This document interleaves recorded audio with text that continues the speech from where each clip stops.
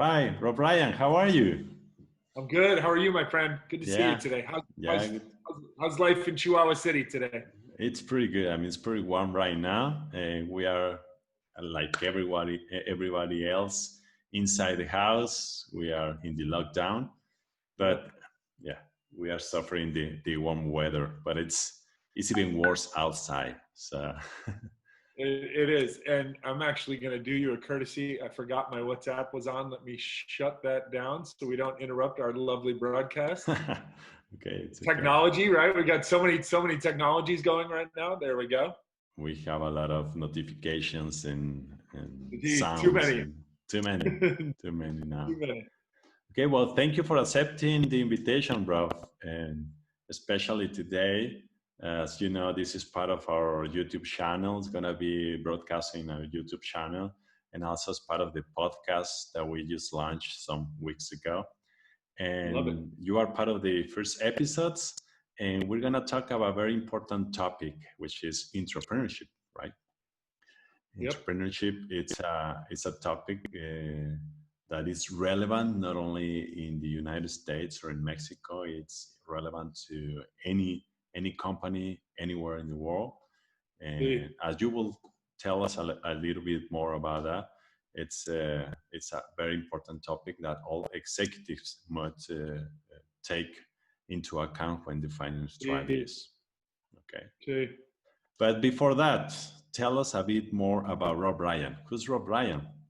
Wow. Thank you. First of all, I'm friends with you, so that's my first good check mark in life.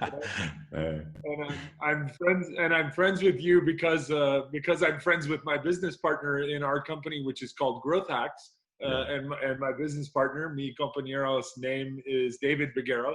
And David is, for everybody in the audience, David is our common link. David is a very talented T1 E1 who used to work for and with Ulysses in a long ago life in Baja. And David helped me to bring what I was building. Initially, I thought in Estados Unidos. He helped me bring it to Mexico, and then eventually became a partner of mine in the business. And what we do really simply, and this is a little bit of who I am. So who I am is very, very, very intertwined with what I do.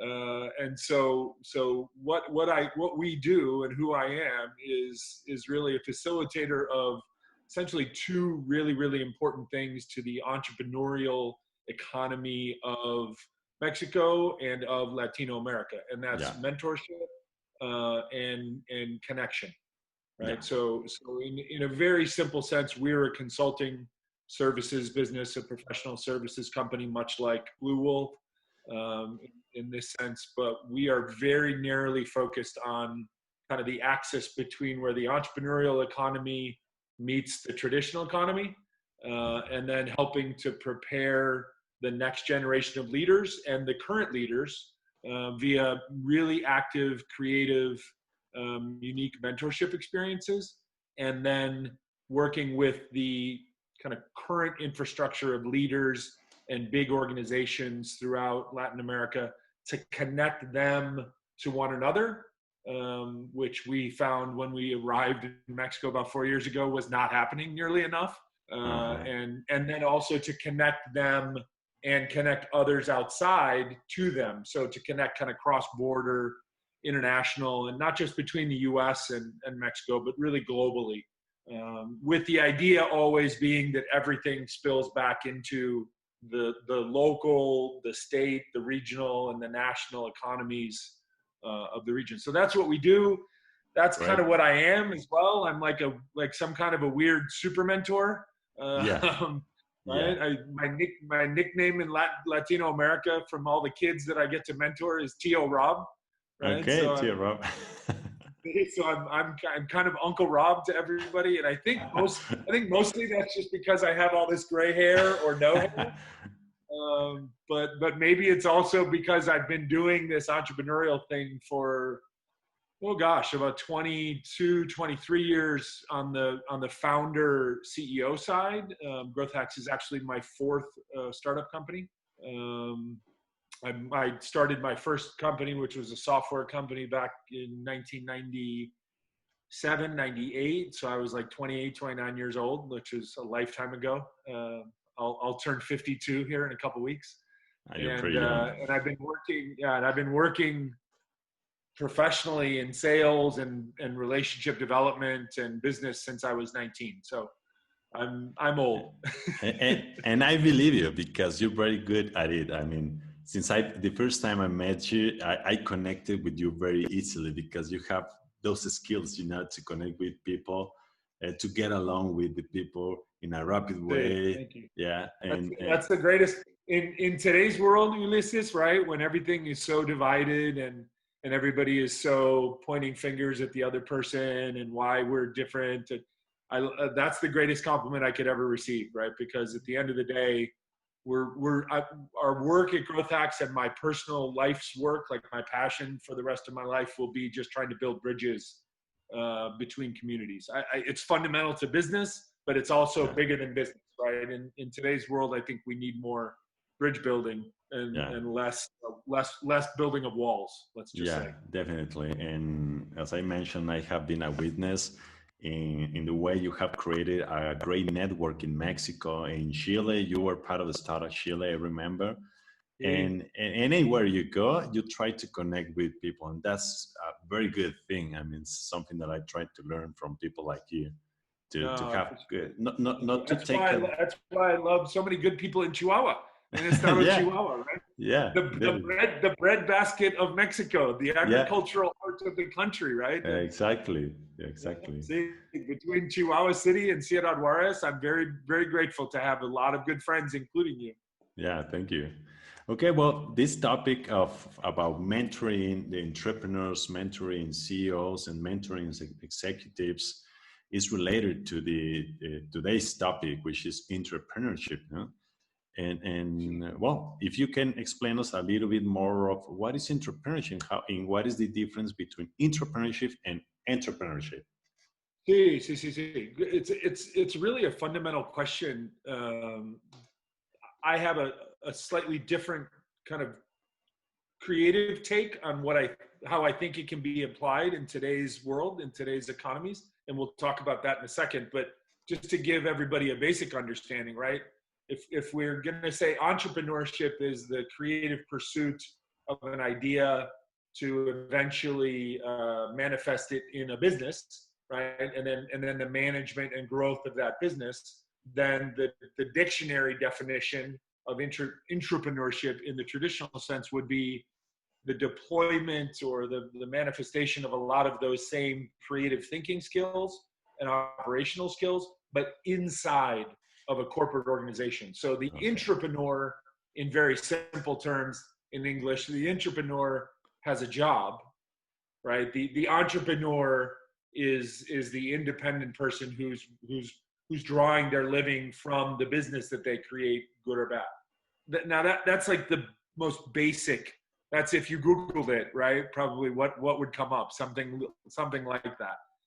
My take on it, our take on it at Growth Hacks, and my take on it, especially in the context of Mexico and Latin America, over these last 4 years and really going forward, is I like to think of it's more that they both share the one common characteristic that is hugely important in economic development. And when I say economic development, I don't just mean the countries, right, and the policy making, but I mean down to your corporate PME or SME level business decisions.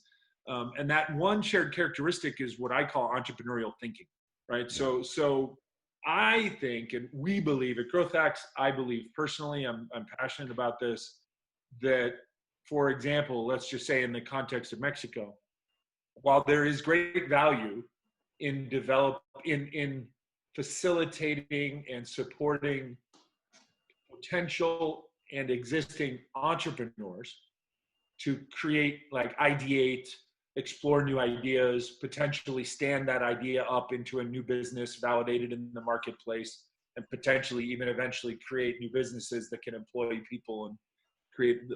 While that's fantastic, I actually argue and I'm not just saying this because of your audience, right? I actually believe that the greater need in economic development in Mexico, and then therefore the greater opportunity for all of your corporate clients and all the leaders of the different organizations, is to foster more entrepreneurial thinking inside of the existing economy. Okay. Right. So I think the corporates or the SMEs, the maquiladoras, even down to the, good sized pyme level companies, I think the tremendous unlock of economic activity, of intelligence, of talent would be if we could foster cultures internally that empower and support and encourage more entrepreneurship. So, but that, again, that's the traditional definition is very straightforward. My take on it is a little bit more aggressive. I think we all are in the business, you guys, us, the big accelerators, the universities, the government programs, even the VCs, like funding entrepreneurs in some ways, are really all in the business of trying to develop more entrepreneurial thinkers than we are necessarily people that own businesses. Yeah, you mentioned something that is very important, which is culture. I mean, you mentioned if the companies or organizations are able to create that culture that cultivates entrepreneurs, they will be on the other side. I mean, they will be more innovative, they will be more technological. How can a company really absorb or develop a culture in this direction, in your opinion? That's the 10 million peso question, right? I mean, that's the difficult one, right? I mean, if it was easy, as we say in English, if it was easy, everybody would be doing it, right? But I do believe there is an answer, and not to make it sound overly simple, but I think the answer is actually relatively simple. Ultimately, all of this, policies, programs, curriculum, content, all of the tools that go into actually empowering and educating and supporting entrepreneurs, entrepreneurial thinking inside your organizations, starts with a decision by somebody, like a person, right? And so if it's a traditionally good-sized, successful SME in Mexico, right, which might have a few hundred employees, might be doing, a few $1 million US in annual turnover, revenue. Ultimately, the culture change has to come from leadership, and the leadership has to come from a person or a few people, right? So I hate to simplify it down to that level, but I also am doing that intentionally because I know your audience is made up of those people at that level, right? And so I'm taking advantage of the opportunity to talk directly to your CEOs and chairmen of the board and board directors and executive managers, because ultimately it is up to you people to decide. And if you want to be innovative and foster an entrepreneurial culture inside your organization to reinvent your corporation and your products or your services, or reevaluate your markets so that you can remain competitive. Whether they choose to or not, I can't control. But I am here kind of, to say to anybody that questions it, like I often joke, I'm sitting here in Los Angeles today, coming to you from Los Angeles, which here in the economy here, we often say this is the second largest Mexican city outside of Mexico. Because technically it is. Like we have the largest concentration of Mexicanos and Mexicano businesses here after Mexico City. And so in many ways, even when I'm home here, like in quarantine, in Los Angeles, I still feel deeply connected to, and I still hear a lot about the Mexican economy and the bridge between the U.S. and Mexico. And I'm telling you, now I'm speaking directly to your audience, if you're not thinking about how to be competitive coming out of this strange, unique period in history that we're living through right now, which by the way is not just 30 or 60 days. Like this is going to be a few years of fundamental reset. If you're not thinking about how you come out of the other side of this different and better, then you are under threat. You're either under threat from younger, more nimble organizations inside of Mexico, or you're under threat from just macroeconomic forces in which consumers and businesses in your supply chain will just eventually find other solutions that are easier to get to, easier to buy, easier to get serviced, lower cost, more efficient, more value for the money, premium, better quality, whatever it might be, right? So if you're not, you can't just be thinking about like saving costs, cutting back, trying to survive the winter of what we're going through right now. Like you should be using this time to reevaluate everything that you're doing. And in that process, you may have some incredible entrepreneurs. Yeah. You may have some incredible entrepreneurial thinkers inside your organizations who, if you empower them, if you as the leader stand up as the CEO or the executive director or the vice president, stand up in front of your teams or your entire company, or stand up, sit down on Zoom in front of your entire company, and you say, I'm looking for people with fresh ideas on how we do what we do. I'm looking for people with fresh ideas on how we could improve our products and services right now because we've kind of got some time, right? I think that's a big opportunity. But ultimately, your answer is, it really is individual first, and then you get into the how do you create the culture. So in summary, I agree with you that it has to start with someone, and someone must be the leader of the company who can buy this concept of entrepreneurship, and especially like you mentioned during this unique period of time in history, this leader must be willing to discover new talents in the people, in the collaborators. I mean, he has to tap into the advantage of discovering in the people new skills, new abilities, and not only discovering, but developing, right? And entrepreneurship is one of those skills that they need to foster, right? Yep. No, yeah, I mean, it's and again, now we get into some of the how, right? And let's be clear too on something, Ulysses. I think this is really important for your corporate leaders to understand, right? I think humbly, sometimes in the world of corporate innovation and entrepreneurship in traditional industry throughout Latino America, I think we, and I'll just say all of us, right? Like, I think we sometimes oversell the concept, right? Because we're trying to make it stand out as like something unique. And here's this, and let me sell you this, and this is different than that. And you should be excited about this because this is new and exciting. And we forget that as the salesmen, right, as the presenters of these ideas, we forget too often that fundamentally human beings are really, really reluctant to change.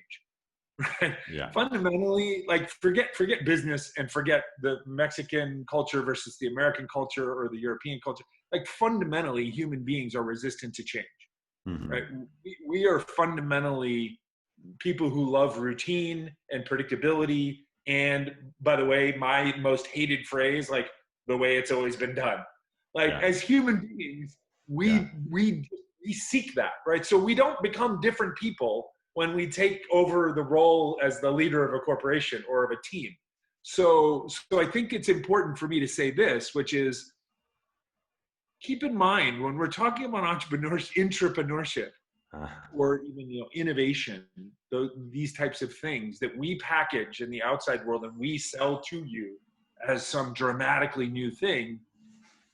I think sometimes we then put the corporate people in the world of having to choose between everything that they know and that they know has gotten their business to the point that they're at, versus like we're asking them, it's an A-B choice. Like it's either you're going to get rid of the old way and you're going to go the new. And that's not really what you and I are talking about today. Yeah. What we're really talking about is to your last comment, is really just how do you best unlock and then foster the opportunity for fresh leadership and new points of view to grow, not just to exist, but to like grow inside your company, right? Because that will keep companies at the end of the day are collections of people. Mm-hmm. Like the collections of people gathered together for some mission to create something for a marketplace that people are willing to pay for. Like that's a company, right? And in that sense, like if we are not doing a good job of unlocking or empowering the talent that exists inside our organization, or going out and bringing in fresh talent to kind of mix up the talent inside our organization, then I don't care how good your product is. And I don't care how well priced it is or how much of a market leader you are in your state or your country. Like eventually the market is going to catch up to you and you're going to get beat. Yeah. The only the only way to give yourself that constant competitive edge, doesn't mean you won't lose still, but like the only way to guarantee a constant competitive advantage is to feed your people, right? Is to feed and nourish your people. It's funny, sometimes I laugh, and this is a good agricultural context, right? So Chihuahua, as it's been taught to me, big agricultural state, right? Uh-huh. I have heard dairy farmers in the US who I've known over my years talk to me with greater affection and investment and awareness of the health and well-being of their cattle and their cows than I sometimes hear people in Latino America in general, not picking on Mexico or Chihuahua, but just in Latino America in general, talk about or understand their employee base. And that to me is like I lean on that analogy a lot because I think to myself, like, if you owned 1,000 cows and that which came out of those cows was the lifeblood of your business, like you wouldn't ignore them, not understand them. You wouldn't say, well, those are the young cows, I don't understand them because I'm an old cow. Like you wouldn't when the young cow came up and said, like, here's a better way we could milk you, could get more milk out of me. Like we wouldn't just dismiss them. We would be like, wait, we can get more milk out of you? Like, right? And yet we don't do that instinctively. We don't do that in Latino American business culture in large. I'm not saying 100%, of course not. Like nothing I say is universally true. It's just my experience. And so I think there's a great opportunity to open yourselves up, like create invitations for fresh thinking about the core parts of your business. So whether it's internal operations, how could we do this more efficiently? Yeah. Right? Like, or it's external facing output. How could our product be more valuable, more useful, more of a premium product so we could price it more aggressively, or how could we price our product less in a more commoditized way, but sell more of it? How can we interact with and understand our consumers, if it's consumers or our business clients? How can we build relationships? So all those things come from our cows, come from our people, come from our talented people that we send, paychecks to every couple of weeks. So yeah. I think if we can embrace Jack Welch, the very famous former CEO of GE, General Electric, who wrote a lot of management books and passed away, I think, not too long ago, right? Jack Welch used to famously say that when he took over in the finance company, when they acquired the finance businesses and started diversifying GE, the thing that drove him nuts about the finance business was that his most valuable asset literally walked out the door and went home every night. And he was like, I don't know if my most valuable asset is coming back to my company the next day, right? Because in that knowledge business, the finance people, like when they went home, man, that was it. You weren't making anything. They possessed the knowledge. And I think today, even in the manufacturing businesses, even in the traditional industries, agriculture, traditional manufacturing, distribution, in today's world in 2020, all of those businesses are knowledge businesses. Yeah. Right? They're all, if they're not already, they better become right? And if they are, then they're data businesses and their data analytics businesses and their spreadsheets and dashboards and all the cool technology things we talk about. So your most valuable assets are your people. If you can empower your people to believe that you believe in them, right? Yeah. So now we're back to individual leadership, and then create conditions for them to feel like they can come to you and share their creative ideas and their thinking about the different parts of your business, right? So you don't just put a suggestion box out there that says, hey, come up, suggest anything. No, I mean, it's like, put some structure to it, right? Organize the way in which people can share ideas. Keep it open in the sense that maybe there's a girl in accounting that graduated from Tec de Monterrey who has some incredible ideas about distribution. Right? So we shouldn't just have the accountants thinking about the accounting department and the distributors thinking about the distribution department and the manufacturing. Like, leave it open, but like keep it like, hey, we don't need 1,000 ideas across the spectrum. We need ideas in these 6 areas. Exactly. And then it's back to, again, then it's back to leadership, right? Yeah, definitely. In that sense, Rob, what is the profile? What is the characteristics, the skills that an entrepreneur or entrepreneur should have in order to be a good entrepreneur? Because I mean, it's something new, but still, every company has been founded by an entrepreneur.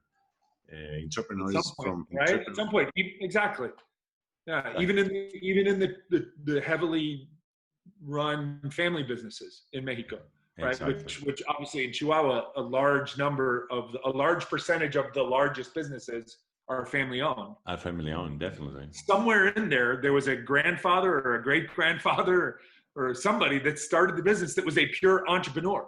Uh-huh. Like, it ultimately was a pure creator, right? A builder of something, right? So, to your question, I think it's a few things. The one that jumps out at me, and I'm grateful when people use this word to describe me, it's how I describe myself, frankly. My greatest superpower in my life, and now as an entrepreneur and as a teacher of other entrepreneurs, is curiosity. I'm just a wildly curious person. I mean, we're recording this for a podcast. I would have this conversation with you even if we weren't recording it. Yeah. Right. Yeah. because I'm just curious. Like, when you compliment me on my skills or gifts in building relationships, you know what that mostly is rooted in? My curiosity about other people. Yeah. Right. So curiosity, I can trace almost everything I do traces back to a very natural curiosity. So I think inside your organization, what you want to look for when you're looking for that profile is you're looking for people who are just extremely curious.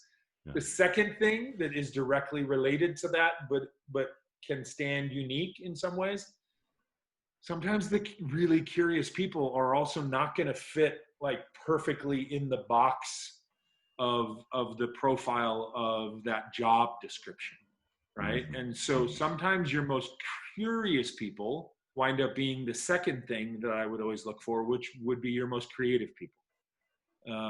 And creativity comes in a lot of different forms, right? So, you know, you could think about it this way. Picture like you're the corporate chieftain, big time, you know, the big jefe, and you're sitting in your office and you're looking out the window, and there's that person that is in your office every day, and you see them and they wear the right, you know, shirt and tie or the dress, and they look a very certain way. And then, you know, and then every evening you see them go out to their car. And when you see them go out to their car, right, they strip off that uniform, and maybe they're putting on their tap shoes because they're going to go dance flamenco at night, or they're putting on their soccer booties because they're going to go play soccer with their friends. Or you see them open their trunk and they've got a guitar in there, and when they take off their work shirt, it turns out they've got tattoos all the way down their arm that you never knew they had. And right, so that naturally curious person tends to also be that creative person. And so you've got to find ways or create conditions, as I keep saying. So create conditions where you can expose your team's creativity, or you can expose yourself as the leader or as the leadership team. You can give yourselves a chance to see the creativity the passions that exist outside of work for those on your team, right? So maybe it's organizing external activities as a company. Maybe it's creating environments. You used to be famous for this in a prior life when we would see each other every year in Monterey, because you would famously, with the company you worked for prior, you guys would famously organize like a happy hour and a networking event. And so then all of a sudden you saw people that you saw traditionally in one environment, you physically, literally saw them in a different environment. And then that creates a different set of conditions to see how people react. And right, so you can do that corporately, right? You can create events, you can create opportunities for people that work for you to bring their families to things. So you can see how that person is with their family. So I think you're looking for curiosity, you're trying to look for creativity.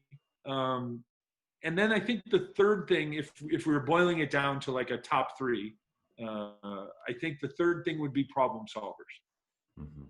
Right? So and problem solvers, it's funny, problem solvers can be, maybe of the three things we just discussed, problem solvers might be the easiest thing to find if you're looking for it. And I say that because problem solvers are everywhere in every organization, right? There are problem solvers that are the high school educated person who never went to university and works on the manufacturing line, and yet his or her section of the manufacturing line never seems to have an issue. Like always seems to be up, always seems to be productive. Like when everybody else always seems to have issues, there are people that you go, okay, they clearly are good at solving problems as they arise. Or honestly, you could just ask around, like you can ask internally inside your company, because everybody will hold in high regard the people in the teams, regardless of their title or their station in life, the people that are good fixers, that are problem solvers. Like everybody always, if we walked into a factory tomorrow in Chihuahua and we were there for 30 minutes, I bet I could get the names of 3 problem solvers from random people, employees who I'd never met, who would immediately talk about like, Jose is the guy. Like he always comes up with solutions, right? But if you were looking for it in a very traditional top-down kind of way as a manager, you may never find Jose, because Jose is the shipping coordinator. Right? And Jose never leaves his little office in the corner. And as the executive team, you never go to that corner of the warehouse because you don't have to, because that's not your job. That's not your thing, right? But the people on the front lines in your organization will know that Jose is good at getting stuff done. And so to me, it's again, what do we look for? What's the profile, right? We're looking for curious people, right? And sometimes, by the way, sometimes go back on curious. Sometimes curious people come across like assholes, right? Because the curious people ask a lot of questions. And sometimes we don't like, as executives, we're like, why are they asking so many questions? Just listen to what we say. Right. But you know, if you get those people that ask a lot of questions, those are the naturally curious people. Right. And then you're looking for the creative people and you're looking for the problem solvers. If you find a person or people with those 3 traits weighted differently, like that person is got a much higher degree of likelihood to be entrepreneurial. Or as you and I were saying at the kickoff of the show, like to be an entrepreneurial thinker. Because what is an entrepreneur if we're not talking about business? If we're talking about entrepreneur as a personality trait, I just described an entrepreneur. Curious, creative, and a problem solver. Right. So awesome. When we define entrepreneur and entrepreneur, we're saying, one is like an external facing business operator or business owner. One is an employee. But if we're talking about entrepreneur as a personality profile, they're really not different, right? It's just one set of people who made financial decisions to take more risks in their own personal lives. Like, okay, I'm going to go risk my life and my career and my well-being and my family to start something of my own, versus I'm going to take advantage of the safety and stability of the current system that I operate in, but I'm still going to be the same curious, creative, problem-solving person that I was. Does that make sense? Yeah, definitely. Do It's you agree? awesome. I Do you mean, agree yeah. with that? Yeah, definitely. Yeah. Yeah. And well, I am discovering I've been studying this topic since a long time ago. As you know, many companies using the concept of open innovations has opened the walls to import entrepreneurs from outside, and also creating accelerators, corporate accelerators inside the companies. And what they're trying to look is to look for talent people, especially with these Yeah. skills. No?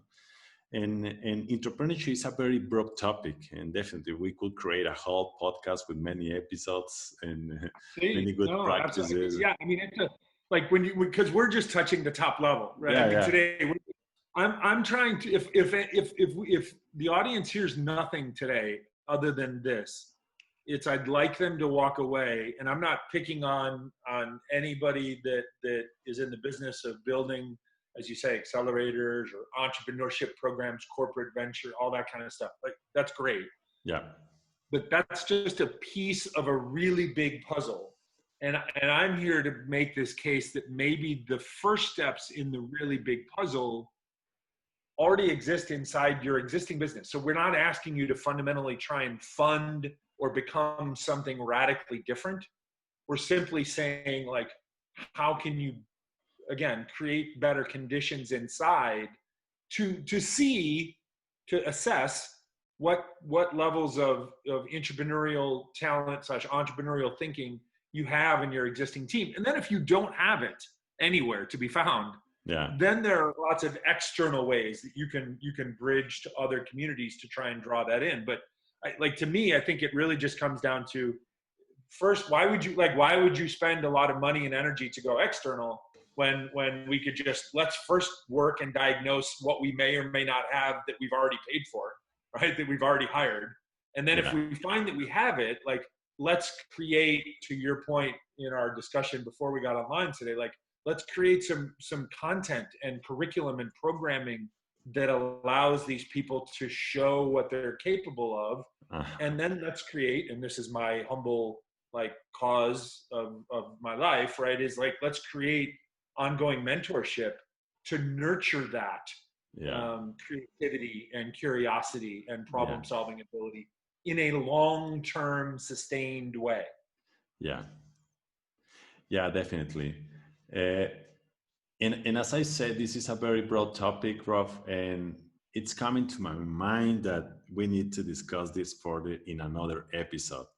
Sure. And if you agree, definitely we are taking your time, and I appreciate We it could very do like much. the how-to. We could do the breakdown of the actual. Okay, now that if you agree with what we said so far.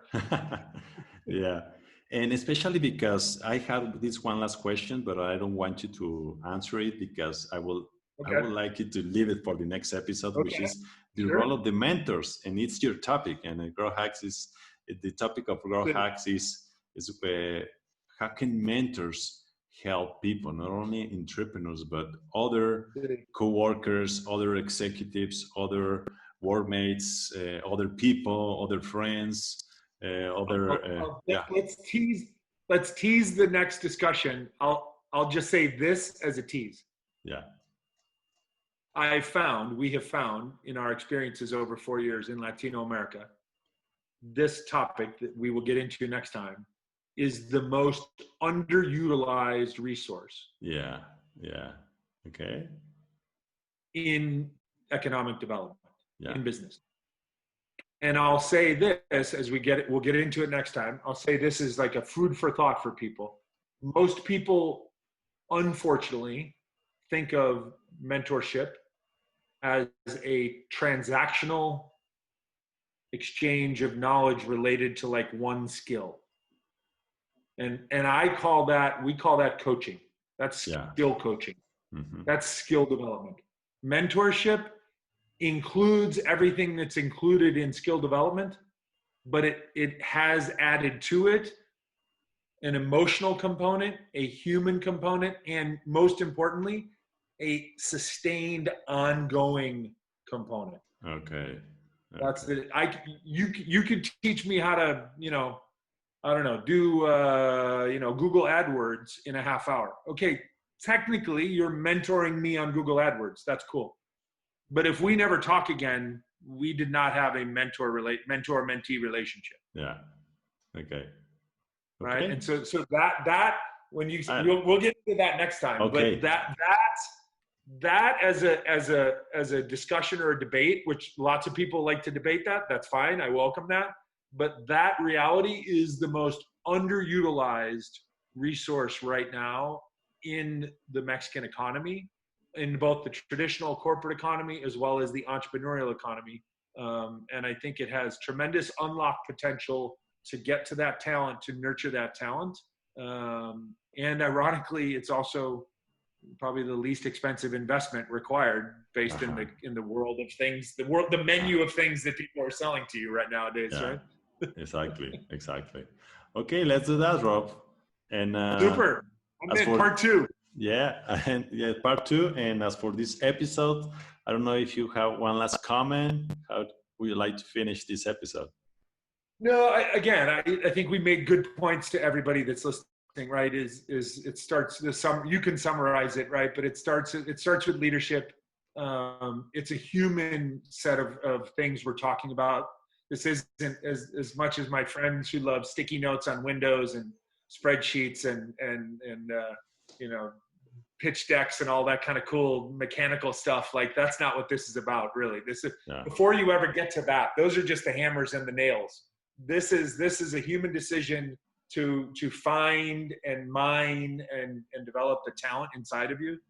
And then, of course, I'll close, if you'll let me, with one shameless plug, because that's part of our business, right? So go ahead. Inside of our business, we actually and this may be fun for some parts of your audience, we just launched our own podcast, myself and a millennial Mexicana, called Mentors Today. And the whole concept is that we're actually answering the real life questions of real entrepreneurs from all over Latino America each week, each Friday. And so we're not interviewing VIP guests like this great thing. And we're not saying, tell us your success story so we can be inspired, but we're really directly going to the entrepreneurs, and we're talking about the big issues of the day and then answering their questions. And it's because I feel so passionately that we need to find more creative ways to get mentorship experience into the lives of everybody that's trying to create things. As you say, whether it be intrapreneur people inside of corporations or the corporate leaders, corporate leaders need to be mentored, right? Yeah. We need to help. Yeah. We need some emotional support to figure out how to do what we're doing to build a new normal. Because I'm telling you, I'm reporting from Los Angeles, where we are in the middle of the pandemic and social strife and political discord, and and a recession. And I'm telling you, we are not coming out of this and just going back to the way it used to be. Yeah, I agree.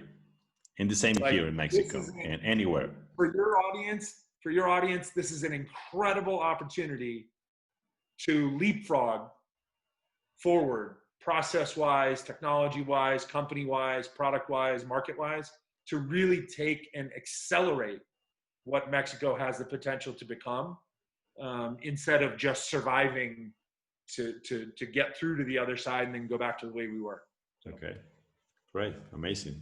Well, I appreciate it very much, Rob. Thank you for your time. And see you in the next episode. Thank you. Yes, part 2. Thanks, brother.